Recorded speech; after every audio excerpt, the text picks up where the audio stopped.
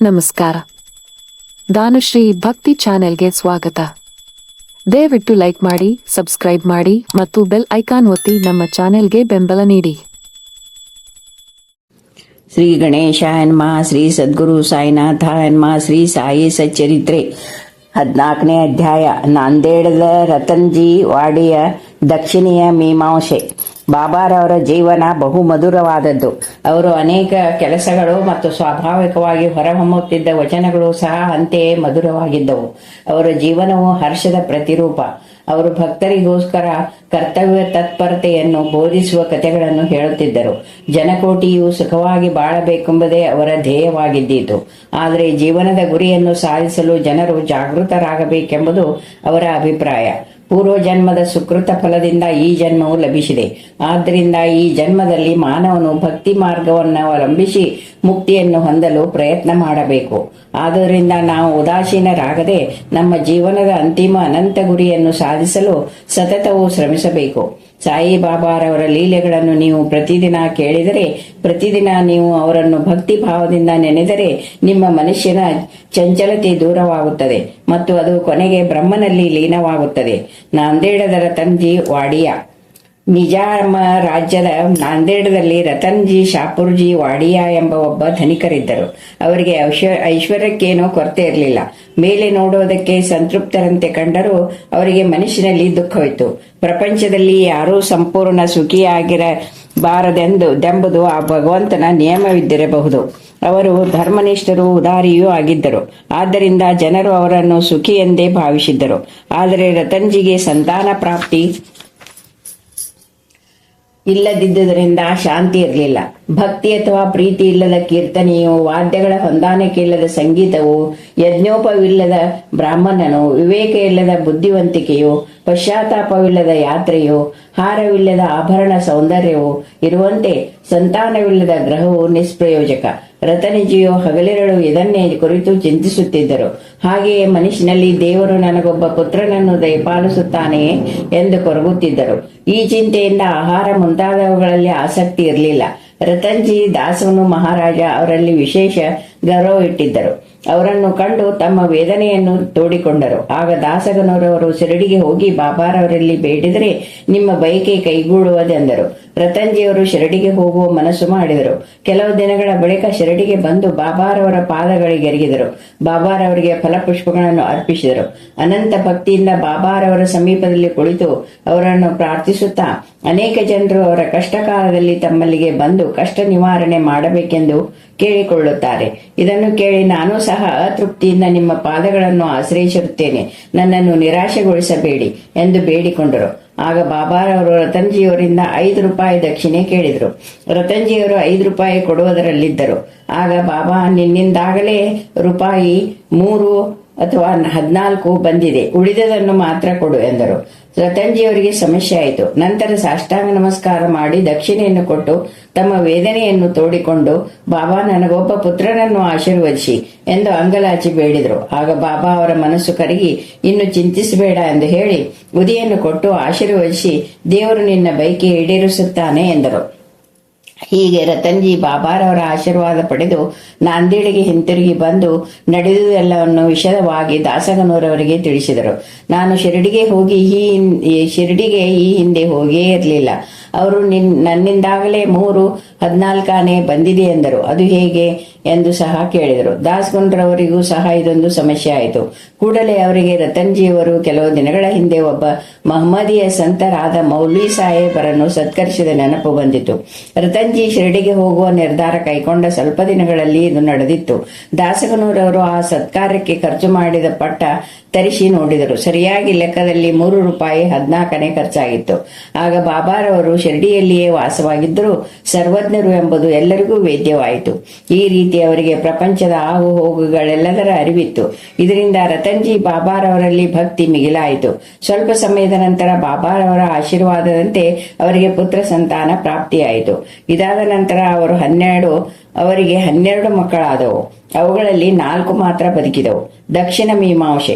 ಬಾಬಾರವರು ತಮ್ಮನ್ನು ಕಾಣಲು ಬಂದವರೆಲ್ಲರಿಂದಲೂ ಸಾಮಾನ್ಯವಾಗಿ ದಕ್ಷಿಣೆ ಕೇಳುತ್ತಿದ್ದರೆಂಬುದು ಎಲ್ಲರಿಗೂ ತಿಳಿದ ವಿಷಯ. ಅವರು ಶುದ್ಧ ಫಕೀರರು ಮತ್ತು ವಿರಕ್ತರು. ಹಾಗಿದ್ದರೆ ದಕ್ಷಿಣೆಯನ್ನೇಕೆ ಕೇಳುತ್ತಿದ್ದರು ಎಂದು ಕೆಲವರು ಪ್ರಶ್ನಿಸಬಹುದು. ಅದಕ್ಕೆ ಉತ್ತರವನ್ನು ಈಗ ಪರಿಶೀಲಿಸೋಣ.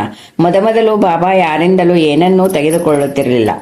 ಉರಿದು ತುಂಡಾಗಿದ್ದ ಬೆಂಕಿ ಕಡ್ಡಿಗಳನ್ನು ಆಯ್ದು ಕಿಸೆಯಲ್ಲಿ ತುಂಬಿಕೊಳ್ಳುತ್ತಿದ್ದರು. ಅವರ ಮುಂದೆ ಹಣ ಇಟ್ಟರೆ ಅದರಿಂದ ಎಣ್ಣೆ ಮತ್ತು ಹೊಗೆಸೊಪ್ಪು ಕೊಂಡುಕೊಳ್ಳುತ್ತಿದ್ದರು. ಅವರಿಗೆ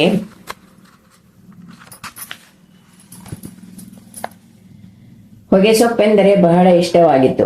ಸಂತರ ದರ್ಶನಕ್ಕೆ ಬರಿಗೆಯಿಂದ ಹೋಗಬಾರದು ಎಂಬ ರೂಢಿ ಇದ್ದುದರಿಂದ ಕೆಲವರು ಅವರ ಮುಂದೆ ಕೆಲವು ತಾಮ್ರದ ನಾಣ್ಯಗಳನ್ನಿಟ್ಟು ಬರುತ್ತಿದ್ದರು.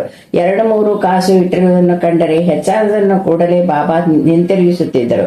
ಈ ರೀತಿ ಬಾಬಾರವರ ಕೀರ್ತಿ ದೇಶದ ಮೂಲೆ ಮೂಲೆಗಳಲ್ಲಿಯೂ ಪಸರಿಸಿತು. ಮಸೀದಿಯಲ್ಲಿ ಭಕ್ತರ ಜನಸಂದಣಿ ಅಧಿಕವಾಗತೊಡಗಿತು. ಆಗ ಬಾಬಾರವರು ಅವರಿಂದ ದಕ್ಷಿಣೆ ಕೇಳತೊಡಗಿದರು. ದಕ್ಷಿಣೆ ಇಲ್ಲದೆ ದೇವರ ಪೂಜೆ ವ್ಯರ್ಥವೆಂದು ಶ್ರುತಿಯಲ್ಲಿ ಅಂದರೆ ವೇದದಲ್ಲಿ ಹೇಳಲಾಗಿದೆ. ದೇವರ ಪೂಜೆಗೆ ದಕ್ಷಿಣೆ ಅವಶ್ಯಕವಾದರೆ ಯೋಗಿಗಳ ಪೂಜೆಗೆ ಬೇಡವೇ? ಶಾಸ್ತ್ರಗಳು ದೇವರನ್ನೇ ಆಗಲಿ, ದೊರೆಯನ್ನೇ ಆಗಲಿ, ಯೋಗಿಗಳನ್ನೇ ಆಗಲಿ, ಗುರುಗಳನ್ನೇ ಆಗಲಿ ಕಾಣಲು ಹೋದರೆ ಬರಿಗೆಯಿಂದ ಹೋಗಬಾರದೆಂದು ನಮಗೆ ವಿಧಿಸಿವೆ. ಈ ಸಂದರ್ಭದಲ್ಲಿ ಉಪನಿಷತ್ತುಗಳಲ್ಲಿ ಈ ವಿಚಾರವಾಗಿ ಏನು ಹೇಳಲಾಗಿದೆ ಎಂಬುದನ್ನು ನೋಡೋಣ. ಪ್ರಜಾಪತಿಯು ದೇವತೆಗಳನ್ನು, ಅಸುರರನ್ನು, ಮಾನವರನ್ನು ದಾ ಎಂಬ ಒಂದೇ ಅಕ್ಷರದಿಂದ ಸಂಬೋಧಿಸುತ್ತಿದ್ದನೆಂದು ಬೃಹದಾರಣ್ಯಕ ಉಪನಿಷತ್ತಿನಲ್ಲಿ ಹೇಳಲಾಗಿದೆ. ದೇವತೆಗಳು ಇದರಿಂದ ಧರ್ಮವನ್ನು ಅಭ್ಯಾಸ ಮಾಡಬೇಕೆಂದು ತಿಳಿದುಕೊಂಡರು. ಮಾನವರು ದಾನ ಮಾಡಬೇಕೆಂದು ತಿಳಿದುಕೊಂಡರು. ಅಸುರರು ದಯೆಯನ್ನು ಅಭ್ಯಾಸ ಮಾಡಬೇಕೆಂದು ತಿಳಿದುಕೊಂಡರು. ಮಾನವರಿಗೆ ದಾನ ಧರ್ಮವು ಶಿಫಾರಸು ಮಾಡಲ್ಪಟ್ಟಿದೆ. ತೈತ್ರೇಯ ಉಪನಿಷತ್ತಿನಲ್ಲಿಯೂ ಸಹ ಗುರುವು ತನ್ನ ಶಿಷ್ಯರಿಗೆ ದಾನ ಧರ್ಮವನ್ನು ಅಭ್ಯಾಸ ಮಾಡಬೇಕೆಂದು ಹೇಳುತ್ತಾನೆ. ಧರ್ಮದ ವಿಚಾರವಾಗಿ ವಿಶ್ವಾಸದಿಂದಲಾದರೂ ಅಥವಾ ವಿಶ್ವಾಸವಿಲ್ಲದೆಯೂ ಧರ್ಮ ಮಾಡು ಎಂದು ಹೇಳಲಾಗಿದೆ. ಆದರೆ ಔದಾರ್ಯ ಮತ್ತು ದಯೆಯಿಂದ ದಾನ ಮಾಡಬೇಕು. ಬಾಬಾರವರು ಈ ಪಾಠ ಕಲಿಸಲು ಸುಖವೇ ಎಲ್ಲರಿಂದಲೂ ದಕ್ಷಿಣೆ ಕೇಳುತ್ತಿದ್ದರು. ಆದರೆ ಬಾಬಾರವರೇ ಹೇಳಿರುವಂತೆ ಅವನಿಂದ ತೆಗೆದುಕೊಂಡ 100ರಷ್ಟನ್ನು ಅವನಿಗೆ ಪುನಃ ಕೊಡಬೇಕು ಎಂಬುದರಲ್ಲಿ ವಿಶೇಷವಿದೆ. ಈ ರೀತಿ ಘಟನೆಗಳು ಬೇಕಾದಷ್ಟಿವೆ. ಪ್ರಸಿದ್ಧ ನಟರಾದ ಗಣಪತರಾವ್ ಜೋಪದಾರರವರು ತಮ್ಮ ಚರಿತ್ರೆಯಲ್ಲಿ ಈ ರೀತಿ ಬರೆದಿರುತ್ತಾರೆ. ಬಾಬಾರವರು ಆಗಾಗ್ಗೆ ನನ್ನಿಂದ ದಕ್ಷಿಣೆಯನ್ನು ಕೇಳುತ್ತಿದ್ದರಿಂದ ನನ್ನ ಭಂಡಾರವೆಲ್ಲವೂ ಬರಿದಾಯಿತು. ಆದರೆ ಕೊನೆಯಲ್ಲಿ ನನಗೆ ಹಣದ ಕೊರತೆ ಇರಲಿಲ್ಲ. ದಕ್ಷಿಣೆ ಇನ್ನೂ ಕೆಲವು ಅರ್ಥಗಳು ಈ ರೀತಿ ಇರಿವೆ. ಬಾಬಾರವರು ಅತಿ ಹೆಚ್ಚಾದ ದಕ್ಷಿಣೆ ಕೇಳುತ್ತಿರಲಿಲ್ಲ. ಇದನ್ನು ಸಮರ್ಥಿಸುವ ಉದಾಹರಣೆಗಳು ಈ ಕಂಡಂತಿವೆ. 1. ಬಾಬಾರವರು ಪ್ರೊಫೆಸ್ ನಾರ್ಕೆಯವರನ್ನು 15 ರೂಪಾಯಿ ದಕ್ಷಿಣೆ ಕೇಳಿದಾಗ ಅವರು ತಮ್ಮ ಹತ್ತಿರ ಹಣವಿಲ್ಲ ಎಂದು ಹೇಳಿದರು. ಆಗ ಬಾಬಾರವರು, ನನಗೆ ಗೊತ್ತು, ನೀನು ಈಗ ಯೋಗಾವಾಶಿಷ್ಟವನ್ನು ಓದುತ್ತಿದ್ದೀಯಲ್ಲವೇ, ಅದರಿಂದ ಕೊಡು ಎಂದರು. ಈ ಸಂದರ್ಭದಲ್ಲಿ ದಕ್ಷಿಣೆ ಎಂದರೆ ಪುಸ್ತಕ ಪಠನೆಯಿಂದ ಪಾಠ ಕಲಿತು ಬಾಬಾರವರು ವಾಸವಾಗಿರುವ ಆತ್ಮದಲ್ಲಿ ಆ ನೀತಿಯನ್ನು ಇಡುವುದು ಎಂದು ಅರ್ಥ. 2. ಬಾಬಾರವರು ಶ್ರೀಮತಿ ತರ್ಕಡ್ರವರಿಂದ 6 ರೂಪಾಯಿ ದಕ್ಷಿಣೆಯನ್ನು ಕೇಳಿದರು. ಅವರ ಹತ್ತಿರ ಹಣವಿಲ್ಲುವುದರಿಂದ ಅವರಿಗೆ ವ್ಯಥೆ ಆಯಿತು. ಆಗ ಅವರ ಪತಿಯು, ಬಾಬಾರವರು ನಿನ್ನಿಂದ ಕೇಳಿದ್ದು ನಿನ್ನ ಅಂತರಂಗದ 6 ಶತ್ರುಗಳನ್ನು, ಮೋಹ, ಮಮತೆ, ಆಶೆ ಇತ್ಯಾದಿಗಳು ಎಂದರು. ಬಾಬಾರವರು ಒಪ್ಪಿಕೊಂಡರು. ಬಾಬಾರವರು ಶೇಖರಿಸುತ್ತಿದ್ದ ದಕ್ಷಿಣೆಯನ್ನು ಅದೇ ದಿನ ಸರ್ವರಿಗೂ ಹಂಚಿ ಮಾರನೇ ದಿನ ಎಂದಿನಂತೆ ಫಕೀರರಾಗುತ್ತಿದ್ದರೆಂಬುದನ್ನು ನಾವು ಇಲ್ಲಿ ಮುಖ್ಯವಾಗಿ ಗಮನಿಸಬೇಕು. ಸಾವಿರಾರು ರೂಪಾಯಿಗಳನ್ನು ದಕ್ಷಿಣೆಯಾಗಿ ತೆಗೆದುಕೊಂಡ ಬಾಬಾರವರ ಹತ್ತಿರ ಅವರು ಸಮಾಧಿಯಾದಾಗ ಕೇವಲ ಸ್ವಲ್ಪ ಹಣವಿತ್ತು. ನಿಜವಾಗಿ ಹೇಳುವುದಾದರೆ ದಕ್ಷಿಣೆಯಿಂದ ತಮ್ಮ ಭಕ್ತರಿಗೆ ಸನ್ಯಾಸ ಮತ್ತು ಪರಿಶುದ್ಧತೆಯ ಪಾಠ ಕಲಿಸುವುದೇ ಅವರ ಮುಖ್ಯ ಧ್ಯೇಯವಾಗಿದ್ದಿತು. ಠಾಣಾದ ನಿವೃತ್ತ ಮಾಮಲೆದಾರರಾದ ಶ್ರೀ ಬಿ.ವಿ. ದೇವರವರು ಬಾಬಾರವರು ಕೇಳದಿದ್ದರೂ ಸಹ ತಾವಾಗಿಯೇ ದಕ್ಷಿಣೆ ಕೊಡುತ್ತಿದ್ದರು.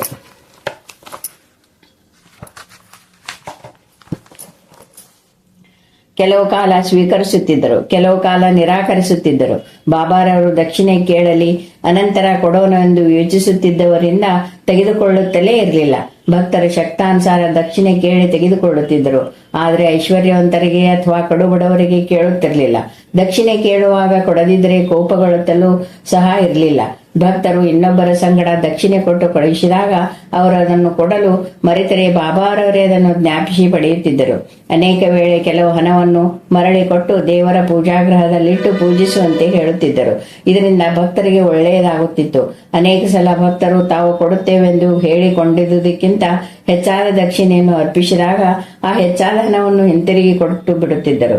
ಕೆಲವು ಸಲ ಭಕ್ತರ ಮನಸ್ಸಿನಲ್ಲಿ ಇದ್ದುದಕ್ಕಿಂತ ಹೆಚ್ಚಾಗಿ ದಕ್ಷಿಣೆ ಕೇಳುತ್ತಲೂ ಇದ್ದರು. ಹಣವಿಲ್ಲದಿದ್ದ ಪಕ್ಷದಲ್ಲಿ ಸಾಲ ಮಾಡಿಯಾದರೂ ಕುಡಿರಿ ಎಂದು ಹೇಳಿದ ಪ್ರಸಂಗಗಳು ಇದ್ದವು.